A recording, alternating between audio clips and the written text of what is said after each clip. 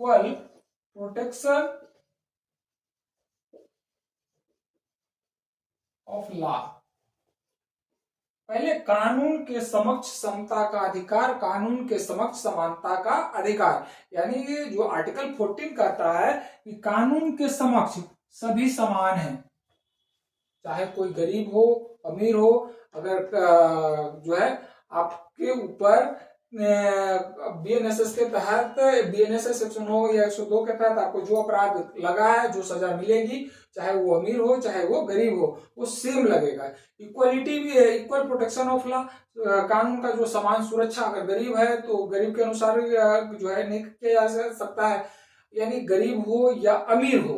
दोनों को समान प्रोटेक्शन लॉ के द्वारा दिया जाएगा। अब इसी में क्या होता है कि जैसे कोई गरीब है, वो उस पर मुकदमा लड़ना है, वो मुकदमा लड़ नहीं पाएगा, उसके पास खर्च के लिए जो है वकील को देने के लिए पैसे नहीं होते हैं, तो उसका इक्वलिटी लाने के लिए जो है सरकारी वकील नियुक्त किया जाता है। उसके लिए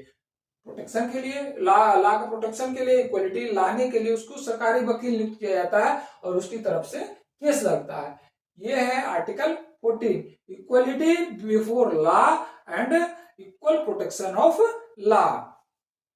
आर्टिकल 15 कहता है कि प्रोविजन ऑफ डिस्क्रिमिनेशन, जाति, प्रोविजन ऑफ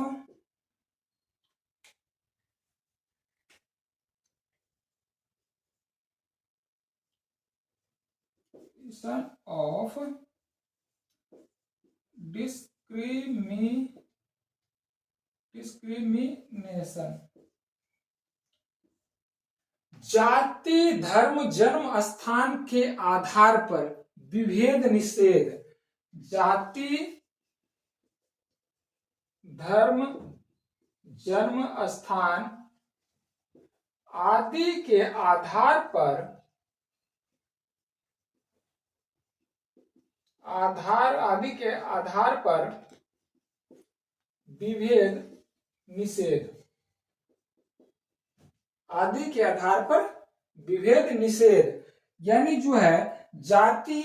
या धर्म या जन्म स्थान को लेकर के किसी भी प्रकार का अगर विभेद किया जाता है उसे पूरी तरह से निषेध है, वह पूरी तरह से निषेध किया गया है। उसके बाद आर्टिकल